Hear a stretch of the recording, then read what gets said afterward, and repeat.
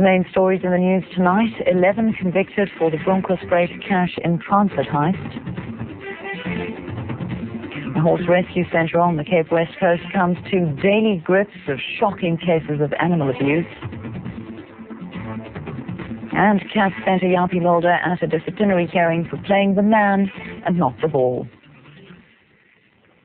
It's 8 o'clock. A very good evening and welcome. 10 accused, including 3 policemen, have been found guilty of executing the murderous 17 million rand Bronkhorstspruit cash in transit heist in 1997, during which 2 SABC security guards were shot and killed.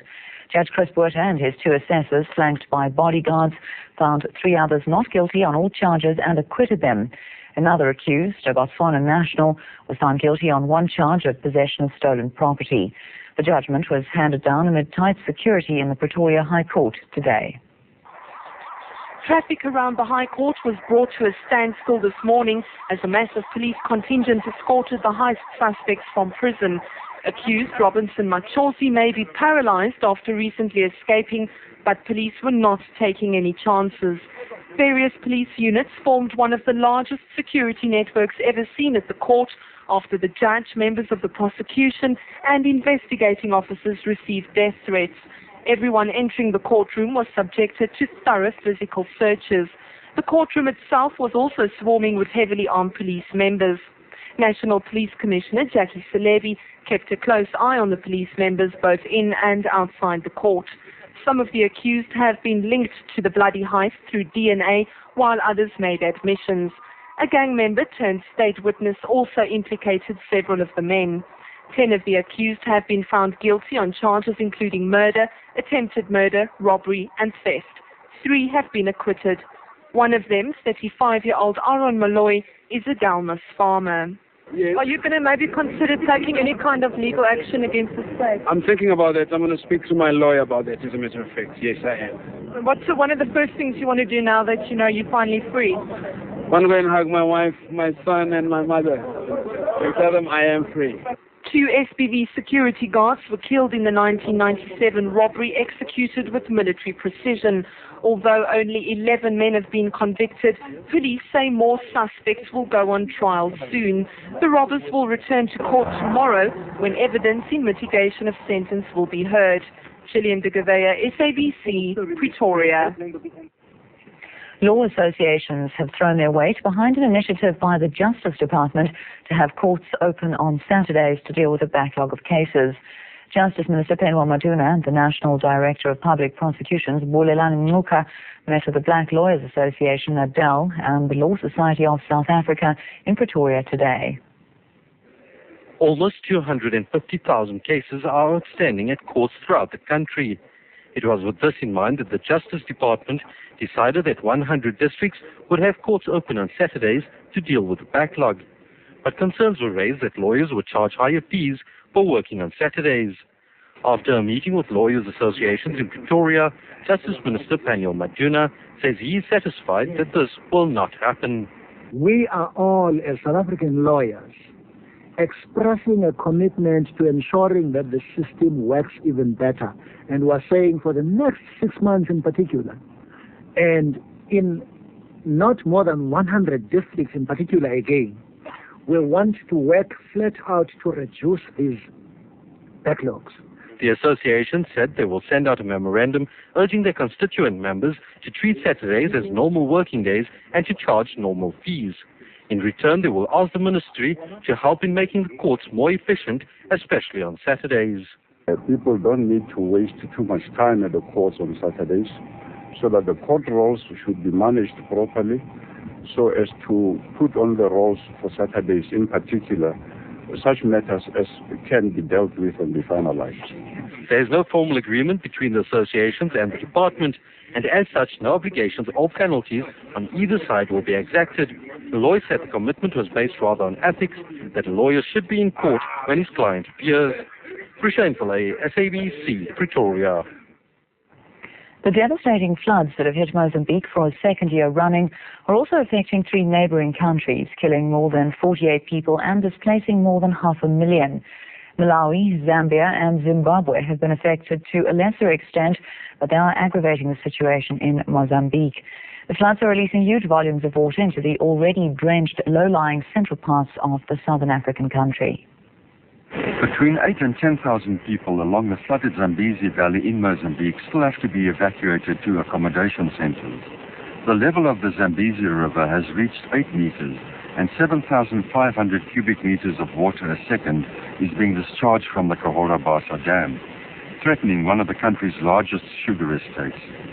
The official death toll in this year's floods is 41 so far, although the National Disaster Management Institute believes the real figure is much higher. 700 lives were lost in last year's floods, which devastated large parts of central and southern Mozambique. Yesterday, the South African Department of Foreign Affairs announced that it had authorized the Air Force to dispatch 7 helicopters and 3 fixed-wing aircraft to Mozambique to help with the rescue efforts. Food and medicine would also be supplied. Fighting raged in Burundi today, even as regional leaders try to revive the Central African state's peace process at a summit in neighboring Tanzania. The chief mediator in the Burundi peace talks, former President Nelson Mandela, says the new series of negotiations can lead to an interim government in Burundi. Mandela arrived in Arusha, Tanzania last night for a meeting with African heads of state. The attack took place while South African Deputy President Jacob Zuma negotiated with rebel representatives in an effort to persuade them to accept a ceasefire. However, Zuma said he was full of hope that certain parts of the agreement will be implemented. The war, which has raged for the past 8 years, has claimed more than 200,000 lives. 700,000 people have fled to Rwanda and Tanzania. Many of those involved in the conflict signed the Arusha peace agreement last year to end hostilities. They decided on a parliament which will reflect Burundi's Hutu majority. Those who signed the agreement also have to appoint a leader for an interim government, something the warring parties have not been able to do. However, 2 of the main rebel groups, the National Liberation Forces and the Forces for the Defense of Democracy, allegedly involved in the latest fighting, were not among the 19 parties who initially signed the agreement. The negotiations are being attended by Burundi leader Pierre Buyoyo, Yoweri Museveni of Uganda, Benjamin Mkapa of Tanzania, Daniel Arap Moi of Kenya, Joseph Kabila of the DRC, Frederick Chiluba of Zambia, and the Prime Minister of Ethiopia, Meles Zenawi. Spoornet has threatened to cut its blue train service to Zimbabwe's Victoria Falls should Robert Mugabe's government fail to slash exorbitant haulage costs. The company says haulage costs to Zimbabwe run at more than 3 times other nations, making the route for the luxury passenger train unviable. It tried negotiating with the Zimbabwean government, but has thus failed.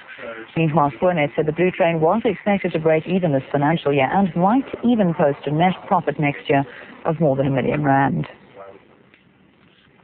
And now for a look at other stories making international news. Foot and mouth has continued to spread throughout Britain as vets slaughtered and burned hundreds of pigs and cows in a desperate attempt to contain the virus. At a farm in the northeast of England, flames leapt high as animal carcasses were dumped on the outdoor pyre. 3 new outbreaks of the disease were confirmed today, bringing the total to 10. A ban on the movement of farm animals remains in place, and people have been urged to stay away from farms to limit the spread of the disease. U.S. Secretary of State Colin Powell has met with the Emir of Kuwait, Sheikh Jaber. This follows Powell's efforts in Israeli-Palestinian diplomacy during his visit to the West Bank and Jerusalem yesterday. In Kuwait City, Powell's attention was turned to the 10th anniversary of Kuwait's liberation from the occupation forces of Iraqi President Saddam Hussein. He also focused on the recent U.S.-British air raids on targets in Baghdad, Iraq.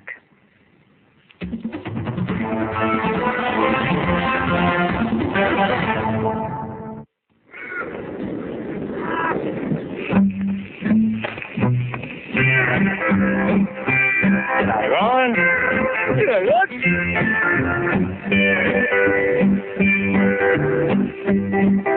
Clock right.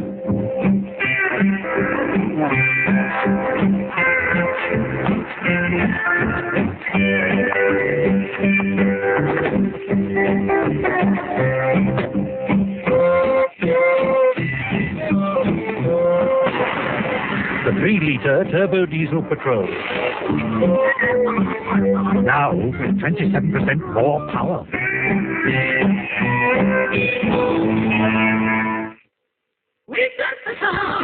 At Tiddy's Electric Express, we give you the power. Low price power. Take this new Tech 3CD Hi-Fi at a power below $7.97.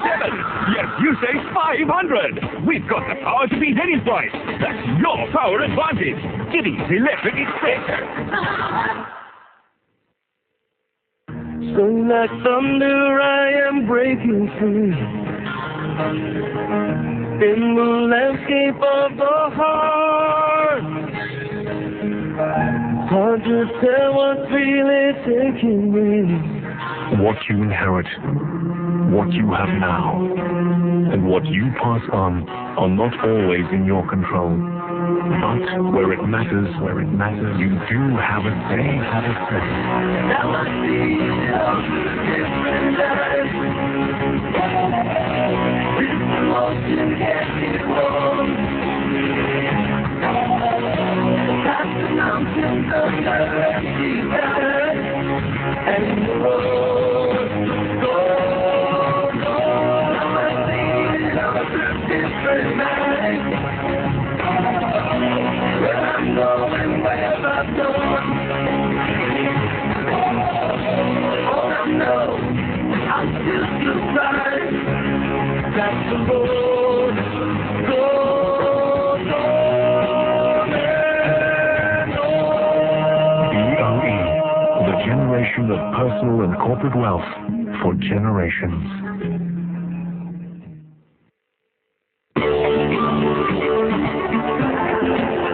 Everybody is exposed to the risk of harmful bacteria. Here's today's effective answer.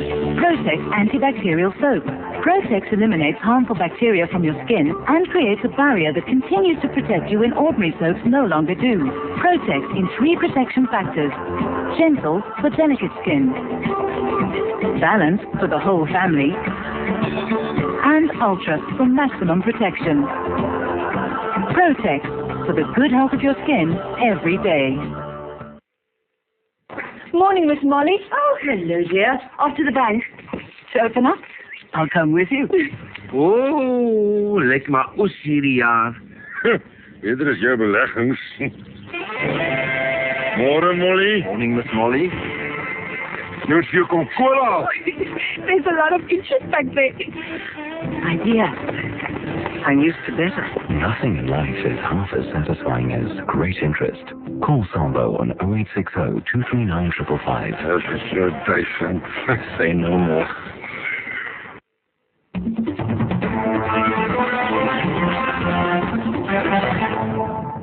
With the news team on 3, we continue. A horse was recently found being ridden with barbed wire through its mouth, and the pony was blinded after being hit on the head with a ball hammer. These are just 2 of the many cases the Dassenberg Horse Rescue Centre near Malmesbury on the Cape West Coast deals with on a daily basis. Children as young as 12 have been caught riding these horses. It's common knowledge they steal them from farms in Malmray, Dassenberg and Pella, and then either ride the animals until they collapse or assault them in gang initiation ceremonies. Once done with the horses, the children tie them up with barbed wire and leave them in the bush where they're lucky if they're found before they die. Most of these horses were so badly injured they had to be put to sleep. Because the thieves are minors, they're virtually untouchable. People say the children are so brazen they're afraid to leave their horses alone for more than a few hours at a time. It goes beyond the theft of horses. They are hurting the horses. It's come to animal abuse. The horses are stabbed, they are beaten, they are ridden until they can't anymore, and it's not fair. Nothing's being done about it. The Dassenberg Horse Rescue Centre was set up a year ago by a tiny group of volunteers who rescue the stolen horses. The animals' owners usually can't afford vegetables and extra food needed when their horses are recovered, so the rescue centre keeps them for free until they're well enough to go home.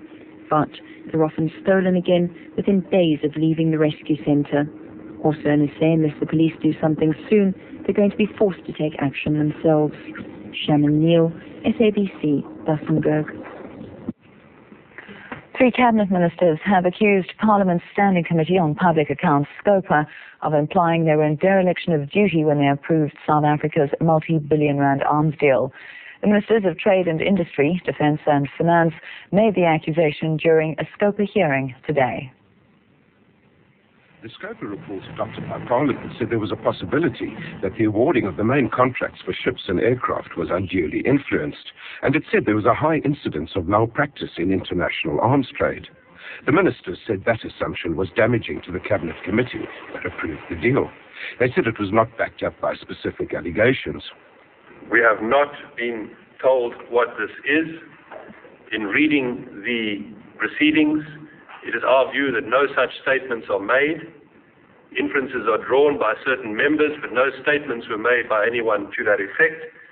So we are puzzled at the inference drawn that, in effect, the ministers before you, plus Minister Hadebe, who apologizes, he has had to be in London, we were unduly influenced.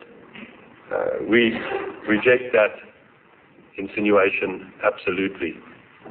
The ministers accused the committee of making unfounded assumptions.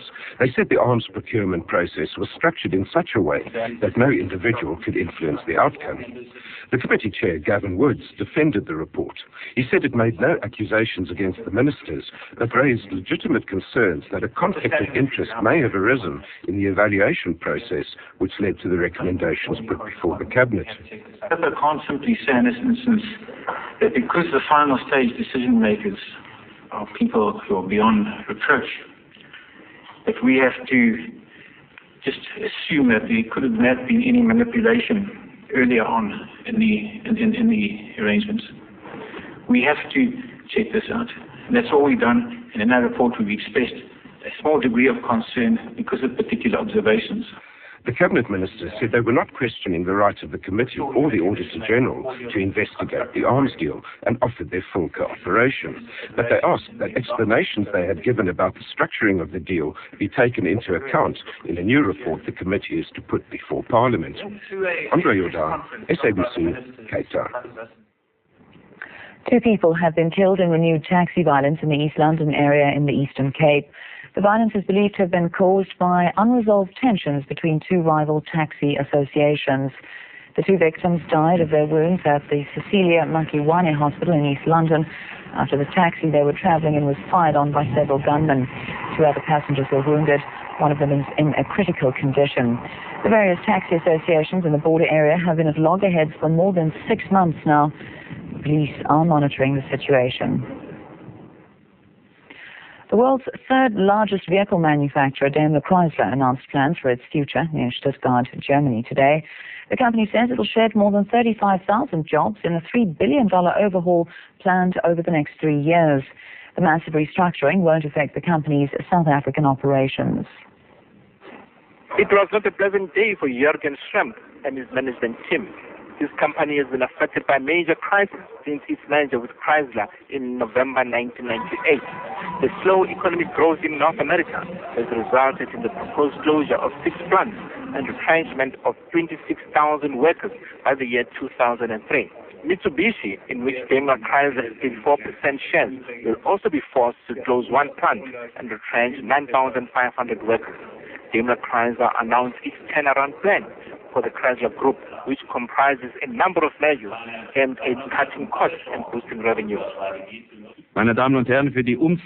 In order to implement the restructuring program, we will make available up to 4 billion euro. In 2001, that will mean 3 billion euro, which we want to register in the first quarter. Mr. Schramm said South Africa is the only country where Mitsubishi has been fully integrated with Daimler Chrysler. Daimler Chrysler in South Africa has signed an agreement with the unions to increase productivity by allowing workers to work overtime on weekends as from September 2001. The plant will produce the right-hand Mercedes-Benz for the United Kingdom as from the middle of this year. Snoopy Zigalala, SABC, Stuttgart in Germany. And now for a quick look at the markets. The rand has shown a strong recovery from its dismal Friday close. The rand gained more than 6 cents on the US dollar. The currency is now trading at 7 rand 79 cents against the US dollar and is at 11 rand 24 cents against the British pound. The All Share Index closed marginally firmer. And gold is trading at $263.15 an ounce. Moving on to rugby news, Cats centre Yapi Mulder appeared at a disciplinary hearing in Pretoria a short while ago in connection with an incident in Saturday's Super 12 match against the Stormers at Newlands. Mulder's Stormers counterpart, Yvette Barry, was injured in what appeared to be an illegal tackle and underwent surgery in Cape Town yesterday to repair a fractured cheekbone.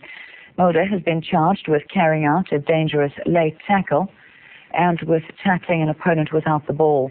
Mulder was wrong-footed by Stormers centre Robbie Fleck, but continued with his tackle on Barry, who was not in possession of the ball at the time. Well, for the latest, we now cross to our reporter at Mulder's disciplinary hearing, Egbert Bosak. Good evening to you, Egbert. What has been happening there this evening? Well, at the moment now, the people, the tribunal, Yapi Mulder and his attorney, they're still busy with the tribunal at the moment. Just saw them a couple of minutes ago. They came out for just a short break. But I spoke to the Cats manager, and all indications are that they'll go ahead and well into the night.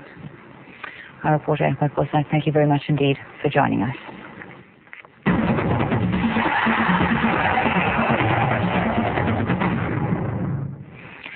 On to other sports news now. The South African national cricket team and development program stand to benefit to the tune of 5 million rand in an incentive scheme announced in Johannesburg today. The team has to win all the one-day series up to the 2003 World Cup, starting with a visit to the West Indies next month. Cricket fans around the world are mourning the passing of the sport's greatest ever player. Sir Donald Bradman died in Adelaide yesterday at the age of 92. He died peacefully in his sleep following a bout of pneumonia. Bradman was revered throughout the world, and his statistics have never been challenged since he retired from the game more than half a century ago. Bradman played in 52 tests, scoring at an average of 99.94. Were it not for a duck against England in his final test innings, when he needed just 4 runs, he would have had an average of 100. But it wasn't just those remarkable statistics that made Bradman great. He had grace, pride, humility and dignity from the time he emerged as an extraordinary talent from rural New South Wales. His exploits began in the Depression era and continued as he helped Australia emerge from the Second World War. He made over 300 runs twice in tests and another 4 times in first-class cricket, including 1 knock, which made him a member of the very exclusive 400 club. Bradman left an indelible impression on cricketers for decades to come. Obviously, he's a legend and has played a big part in cricket worldwide over the last 92 years. And it is very sad, and our condolences go to his family and to everyone in Australia. Obviously, he was someone who was loved very highly in Australia, and everyone there was pretty sad. And I asked him about his own statistics and how good a player he was, and he told me that there were many other players just as talented as he was, but perhaps he had the hunger and more desire than some of the other players. So, but my overall impression of the whole meeting was he was a very humble man who wanted to be treated the same as any other average person, but obviously that wasn't possible because he was a once-in-a-lifetime player.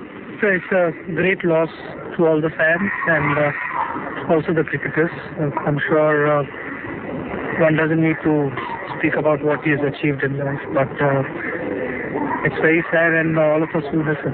Australian Prime Minister Ron Howard described Bradman as the greatest living Australian. His reputation is such that his son John spent most of his life under an assumed name, finding the Bradman moniker too great a burden. Bradman is survived by John and a daughter, Shirley. His wife of 65 years, Jessie, died 4 years ago. But his legacy lives on. Janet Britton, SABC. And that's it from your 8 o'clock news team. Thanks for joining us. Good night.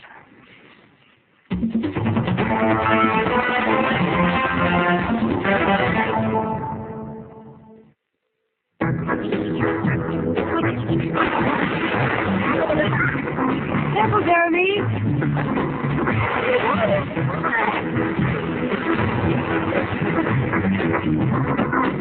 Go. Jeremy, quickly, go with Daddy. Get out the pool. Because I'm the daddy of my sister. Let's go. Anything for me. Just a car. Come on, Grandpa. Here you go. Jared, quickly. Come, boy. The pool, boy. Come on. Grab the towel. Grab the towel. Hi. Who is he? Good day. Can I help you?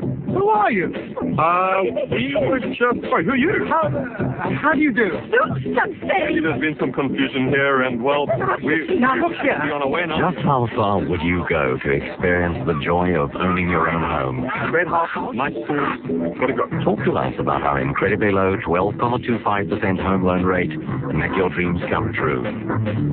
NBS, it's about family.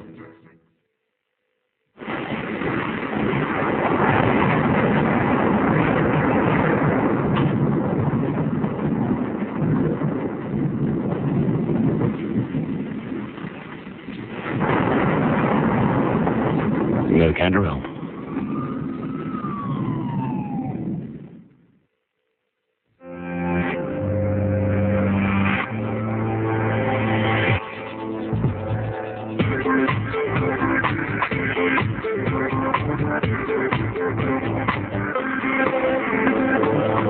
There is a car moving in a new direction.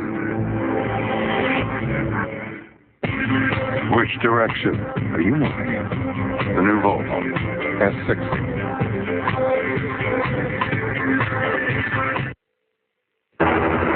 He's mine, Dad. I'll zap him. Wait a minute, son. Take a look at this. It's not enough just to kill insects. You've got to kill the dangerous unseen germs they leave behind, too. Use this. New Baygon Surface Plus Disinfectant. New Baygon Surface Plus Disinfectant. The only insecticide that kills insects and their unseen germs. If you suffer with back, joint, or muscle pain, reach for Voltaren Emulgel. Voltaren's patented formula is designed to penetrate fast into your skin. It stops pain and speeds up your body's natural recovery process.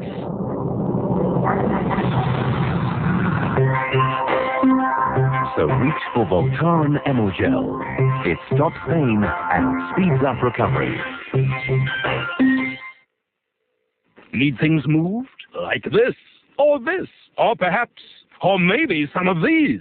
Then for just 1,999 Rand per month, you can get the new Hyundai 2.6 diesel buggy. This rugged one-tonner has 3 collapsible sides for quick and easy loading. Visit your local dealer for a test drive.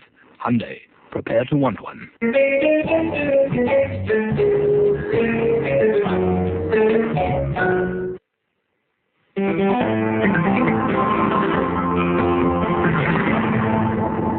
We can share a quick look at our satellites, which doesn't really do justice to the amount of cloud which we had over the central and eastern parts of the country today. We had a lot of cloud there and quite a few thunderstorms over that region. We have a number of warnings out for tomorrow. Gale force southeasterly winds at Cape Point gusting up to 75 kilometres. Heat wave over the western Cape once again, hot, dry and windy conditions, and possibility of runaway veld fires. The prospects for rain have greatly improved over the past 24 hours, as we see from our rainfall map for tonight, right way across the central, northern and northeastern parts of the country, and a very similar pattern tomorrow. Very good chance over this northeastern belt down to the coast, and light onshore flow along the Cape South, giving us a 40% chance of showers there. A mild night lies ahead of us tonight, warm over the Uppington region and the KwaZulu-Natal north coast, and then very hot conditions over the western parts of the country again tomorrow, temperatures up into the 30s, Uppington on 32, Kimberley on 30. Warm along the Cape South coast, fairly warm in KwaZulu-Natal, but cool on the northeastern Highveld, where we have some adiabatic cooling at 22 at Bethlehem, 19 in Johannesburg, and 19 at Ermelo. So partly cloudy to cloudy conditions over the central and eastern regions, sunny conditions over the southwestern parts with very strong winds at Cape Point. And looking ahead to Wednesday and Thursday, showers and thunder showers over the northeastern areas, sunny and hot conditions over the central and southwestern parts of the country. And on Thursday, we have a 40% chance of showers over the northeast, and once again, sunny and fine conditions over the central and southwestern regions. In a moment, we'll have a look at our pollen map for this Monday evening.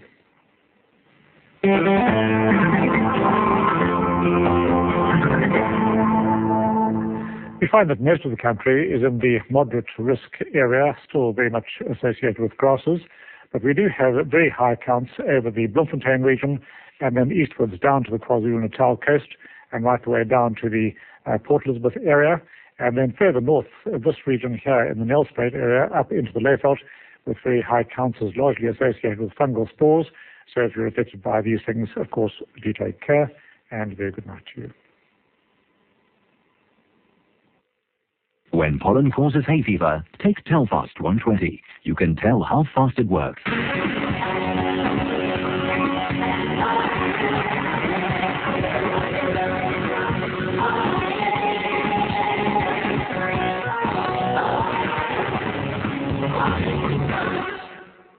Tonight on 3. At 8:30, outrageous behaviour in Frasier. The laughter continues with Kitten Kate at 9. And Ally McNeil returns at 9:30.